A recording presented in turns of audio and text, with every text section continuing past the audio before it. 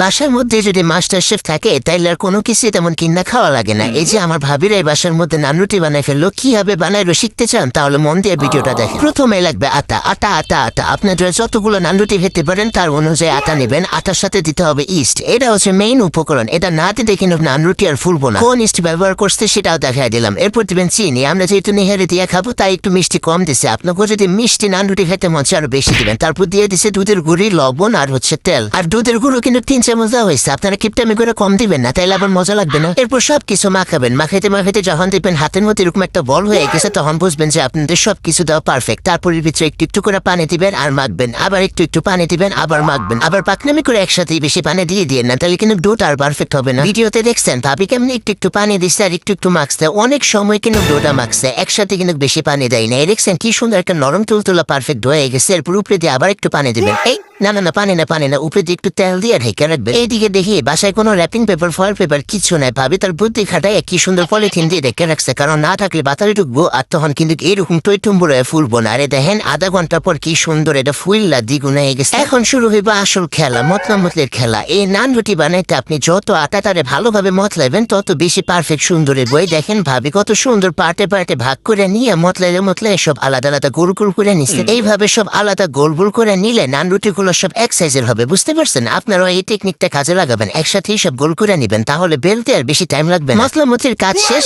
এখন হচ্ছে পালা রুটি বানানো। দেখেন আমার ভাবি তার হাতে জাদু দিয়ে কি সুন্দর চাঁদের মতন করে একটা রুটি বানাই ফেললো। নর্মাল রুটিগুলো যেভাবে বানান ওই নান রুটিগুলো সেম ভাবেই বানাবেন।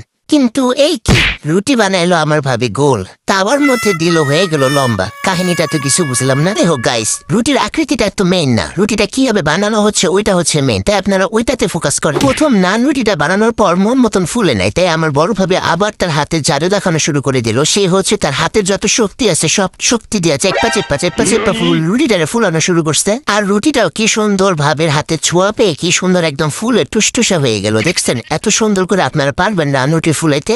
প্রত্যেকটা নান রুটি ভাবি এভাবে একটা একটা করে বানাই ফুসতারি হয়ে বানাইতে যে গরমের তাপে ভাবির হাত পুরো লাল হয়ে গেছিল। অনেক কষ্টই হয়েছিল নান রুটিগুলো বানাইতে। ওই দিন কেন জানি নান রুটিগুলো একদমই ফুলতেছিল না, নর্মালি হচ্ছে একদম ফুলে টুসটুসা হয়ে যায়।